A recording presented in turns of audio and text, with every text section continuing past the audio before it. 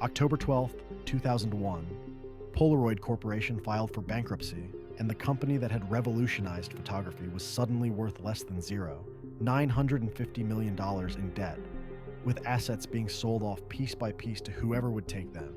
This was the company that gave us instant photography, that made us shake a picture and watch magic happen right before our eyes.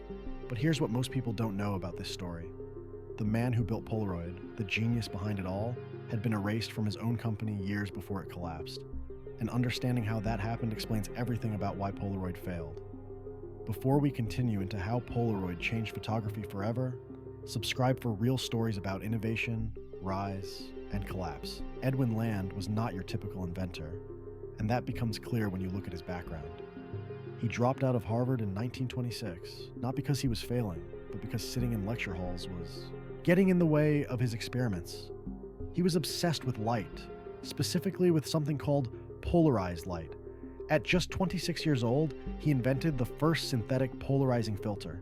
Before Land came along, polarizing filters were made from expensive crystals that you had to mine and carefully cut. Land figured out how to make them from sheets of plastic embedded with tiny crystals, and he did it in a makeshift laboratory in New York City. In 1937, he founded the Polaroid Corporation, and the company's first products weren't even cameras. They made polarizing filters for sunglasses and car headlights, but Land wasn't satisfied, because his mind was always racing toward the next impossible thing. The story of how instant photography was invented starts with Land's 3-year-old daughter asking him a simple question. In 1943, they were on vacation in Santa Fe, and Land took a photo of her. She asked why she couldn't see the picture right away, and that question lodged itself in Land's brain. Within an hour, he had sketched out the basic concept for instant photography while walking around Santa Fe. But turning that concept into reality took 4 more years of obsessive work. Land had to invent not just a camera, but an entirely new kind of film that contained all the chemicals needed to develop a photograph in less than 60 seconds. On February 21st, 1947, Edwin Land stood in front of the Optical Society of America and pulled out a camera. He took a picture of himself, waited 60 seconds, and then peeled apart the film to reveal a fully developed photograph. The room went silent, and then it erupted. What Land had just demonstrated wasn't supposed to be possible. The first Polaroid camera went on sale in 1948 at a department store in Boston and sold out in a single day. The camera cost $89, which was expensive for the time, but people didn't care. They wanted magic, and that's exactly what Land was selling. Throughout the 1950s and 60s, Polaroid became a cultural phenomenon. Artists used Polaroid cameras because they could experiment and see results immediately. Scientists used them in laboratories. Police departments used them at crime scenes. Regular families used them to capture birthdays and holidays in a way that felt immediate and real. In 1972, Land introduced the SX70, and this camera was his masterpiece. Unlike earlier Polaroid cameras that required you to peel apart the film, the SX70 ejected a photo that developed itself right before your eyes. The camera folded flat, had a built-in flash, and was covered in leather and chrome. The development of the SX70 had cost Polaroid over $500 million, which was a staggering amount for the 1970s. Land had bet everything on this camera. But when it finally came out, it lived up to the hype. Andy Warhol himself called it the most beautiful thing he'd ever seen. If you're enjoying the story so far, make sure you're subscribed for more true tech history like this. But something was changing inside Polaroid. Edwin Land ran the company like a research laboratory, not like a traditional corporation. He would spend months or years perfecting products, and he didn't particularly care what Wall Street analysts thought about quarterly earnings. The problem was that Polaroid's board of directors and shareholders were getting nervous. The SX70 had cost enormous amounts of money to develop, and while it was successful, it wasn't immediately profitable. Shareholders wanted faster returns and more predictable growth. There was also the issue of competition from Kodak. In 1976, Kodak launched their own instant camera designed to directly compete with Polaroid's products. Edwin Land sued Kodak for patent infringement, and the lawsuit dragged on for years. Polaroid eventually won in 1985, but by then, something much more damaging had already happened to Land personally. In 1980, Polaroid's board of directors forced Edwin Land to step down as CEO. He was 61 years old and had spent his entire adult life building this company from nothing. The official story was that Land was retiring, but that wasn't true. The board had decided that Polaroid needed professional management, someone who could deliver consistent profits to shareholders. Land stayed on as chairman and head of research, but everyone knew he'd been pushed aside. 2 years later, in 1982, Land left Polaroid entirely.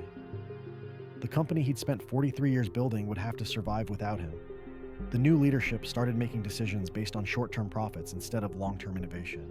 They cut research budgets, focused on squeezing more money out of existing products, and stopped taking the kinds of risks that had made Polaroid special in the first place. But here's the truly tragic part of this story. In 1981, just 1 year after Land was pushed out as CEO of Polaroid, Engineer demonstrated something revolutionary to the company's leadership. He'd built one of the first digital cameras in the world, and he showed them how it could capture images without any film at all. Polaroid's response was to essentially ignore the invention. The leadership saw digital photography as a threat to their film business, not as an opportunity. Film was how Polaroid made money because people had to keep buying film cartridges over and over again. A digital camera would destroy that business model, so Polaroid decided to stick with what they knew. Throughout the 1980s and 90s, Polaroid continued to make instant cameras and film, but the world was changing faster than they could adapt. Other companies like Sony and Canon were developing digital cameras that were getting better and cheaper every year. Consumers realized that digital photography offered unlimited shots without buying expensive film cartridges. Polaroid did eventually try to compete in the digital camera market, but they were years behind everyone else. They released digital cameras in the late 90s, but these cameras were mediocre at best. They didn't have the quality of Canon or Nikon cameras, and they didn't have any special features that made them stand out. The company also made another critical mistake by licensing their name to other companies who wanted to make electronics. Soon, you could buy Polaroid televisions and DVD players and all sorts of products that had nothing to do with cameras. This licensing strategy made Polaroid some quick money, but it completely diluted what the brand meant. Edwin Land watched all of this happen from a distance, and it must have been heartbreaking. The company he'd built had abandoned everything he believed in. Land died in 1991 at the age of 81, and by then, Polaroid was already in serious trouble. By the early 2000s, Polaroid was in a death spiral. Digital cameras had taken over the market completely, and nobody wanted instant film anymore. Polaroid's revenue was collapsing, and the company was drowning in debt from years of poor decisions. On October 12, 2001, Polaroid filed for Chapter 11 bankruptcy protection. The original Polaroid Corporation effectively ceased to exist. Different investors bought and sold the Polaroid brand over the next decade, and each time, they tried to figure out how to make instant photography relevant again. But then, something unexpected happened. A new generation discovered Polaroid cameras in the late 2000s, and they loved them for reasons that had nothing to do with convenience. They loved the way Polaroid photos looked, with their square format and soft, slightly faded colors. They loved that each photo was a physical object you could hold and give to someone. In 2008, a group called the Impossible Project bought the last Polaroid film factory in the Netherlands and committed to keeping instant film alive. They spent years reverse engineering Polaroid's original film formulas and slowly brought instant film back into production. In 2017, they rebranded as Polaroid Originals and started making new instant cameras that combined classic Polaroid design with modern features. Today, instant photography is experiencing a genuine renaissance. Fujifilm's Instax cameras have become incredibly popular. Polaroid Originals is selling new cameras and film, and a whole generation of photographers are discovering the joy of instant photography. The tragedy of Polaroid's downfall isn't that instant photography died, because it didn't. The tragedy is that Polaroid had the opportunity to lead photography into the digital age, and they chose not to. They had the technology, they had the engineering talent, and they had the brand that people trusted. What they didn't have was leadership with the vision to see where the world was heading. Edwin Land understood something that Polaroid's later leaders forgot, which is that real innovation requires taking risks on things that don't make sense yet. The first instant camera didn't make sense, and Land spent 4 years making it work anyway. The SX70 didn't make financial sense to Wall Street, and Land built it anyway because he knew it would be revolutionary. When Polaroid's board forced Land out in 1980, they thought they were making the company more professional and more profitable. What they actually did was cut out the heart of what made Polaroid special. They replaced vision with caution, innovation with incremental improvements, and long-term thinking with quarterly earnings reports. There's a lesson in Polaroid's story that goes beyond business strategy. It's about what happens when you stop believing in the future and start trying to protect the past. Polaroid spent the 1980s and 90s trying to protect their film business instead of embracing digital photography, and that defensiveness destroyed them. The story of Edwin Land, Getting erased from his own company is really a story about what happens when innovation loses to corporate politics. Land was difficult to work with, he was obsessive and stubborn, and he definitely wasn't a conventional businessman. But he was also the reason Polaroid existed in the first place, and removing him from power was like removing the engine from a car and expecting it to keep running. Today, when you see someone using an instant camera, there's a direct line back to that moment in Santa Fe in 1943, when a 3-year-old girl asked her father why she couldn't see a picture right away. Edwin Land heard that question and spent the rest of his life answering it in ways that changed how we capture and share memories. The company that bore his name may have failed, but his vision of instant photography survived. And maybe that's the real story here. Companies come and go, leadership changes, and corporate politics play out the same way everywhere. But truly great ideas have a way of persisting even when the companies that created them don't. Edwin Land once said that his whole career was based on giving people something they didn't know they wanted until they had it.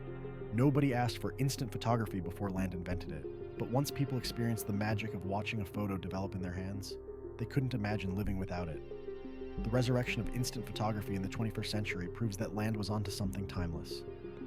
In an age where we take thousands of digital photos that we never look at again, there's something meaningful about instant film. Each photo costs money, so you think carefully before taking it. Each photo is unique and can't be perfectly copied, and each photo develops in about 10 minutes, forcing you to be patient and watch the magic happen. That magic is Edwin Land's legacy, and it's stronger than any corporate balance sheet or bankruptcy filing. His name might have been erased from the company's leadership, his vision might have been abandoned by people who thought they knew better, and his company might have collapsed under the weight of its own cautious thinking. But the idea that Land spent his life perfecting survived everything. When you think about Polaroid's downfall, remember that it's not really a story about the inevitable march of technology. It's a story about what happens when a company forgets why it exists in the first place. Polaroid existed because Edwin Land wanted to give people magic, and when they stopped believing in magic and started believing in market research, they lost everything that made them special. The hopeful part is that magic has a way of coming back. New companies are making instant cameras, new generations are discovering instant photography, and Edwin Land's vision is alive and well. The company that bore his name may be gone, but the revolution he started continues. And in the end, that's the only legacy that really matters. For more real stories about legendary companies and the people behind them, subscribe to the channel.